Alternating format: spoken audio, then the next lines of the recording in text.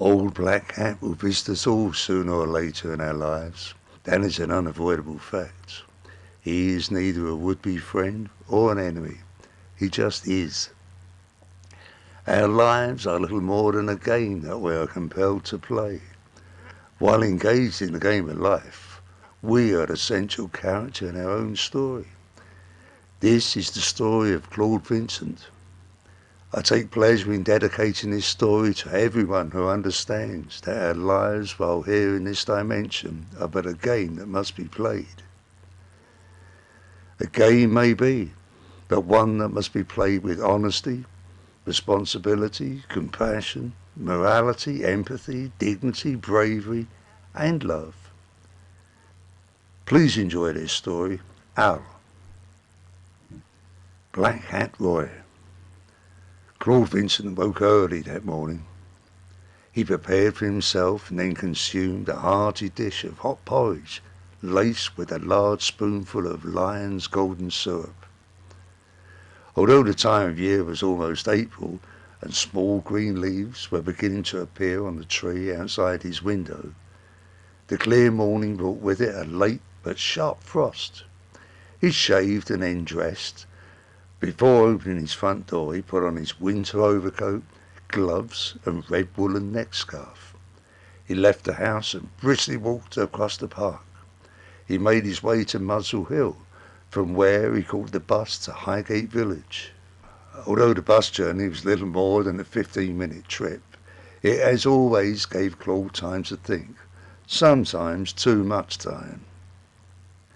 Having arrived at his destination, Claude descended from the top floor of the bus and disembarked.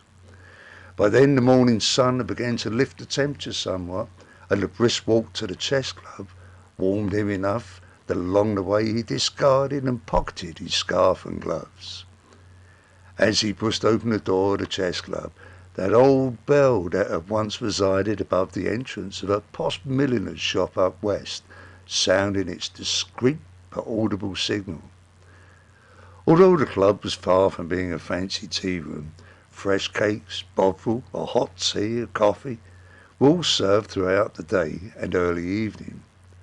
From the serving counter, Claude purchased a pot of tea, along with 2 homemade biscuits and a slice of bread pudding. He picked up from the table by the door a copy of the daily newspapers, and then seated himself at an empty table that offered a vantage point where he could survey both rooms. In the front room, 2 of the regular gentlemen were already heavily engaged in a ball match.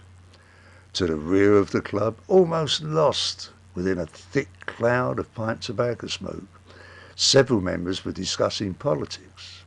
However, Claude was not there to enter into discourse with regard to the government of the day or philosophical concerns. He was there to play chess, and chess only. While Claude was dipping his biscuits into the china cup that contained his quickly cooling tea, he browsed the newspaper. This was for no other reason than to avoid thinking about himself or life too much. As was the custom at the club, a couple of visitors had positioned themselves at empty tables and set up chessboards. This was an invite to any would-be challenger. These 2 Claude had played in the past. One he judged to be a weak player, and the other a cantankerous old fart who took far too much throughout the game. So he declined to take up either of their offers. Another pot of tea later on Claude's part, a very dignified and smartly dressed stranger came through the door. He ordered just black coffee. This he took to an empty table, and took from the leather bag that he carried a silver flask. He then poured the flask contents into the coffee. The man then produced from his bag his own folding board and chess set. Neither the board nor the pieces were overly extravagant, but the craftsmanship was blatantly exquisite.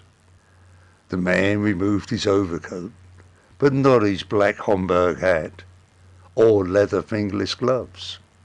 Having meticulously set up his board, the man focused his snake green eyes on Claude. Some moments later he flashed a dental perfect smile and spoke. "I am Roy," he announced. "I believe that you, Claude, are who I am here to challenge. Please indulge me." Ah, thought Claude, this man may well prove to be a worthy opponent. Roy gestures with his hand for Claude to join him at his table. Claude moved to the man's table and nodded respectfully before sitting down. As is the custom, Roy held out both hands, closed downwards. One hand hid a white chess piece and the other a black. Claude pointed to the left hand. When open it revealed a white bishop. Hence, Roy, maybe appropriately, would be in command of the black pieces, and Claude the white. As per usual and by convention, white would open the game. As was Claude's usual gambit, with no hesitation, he moved his king's pawn 2 spaces forward.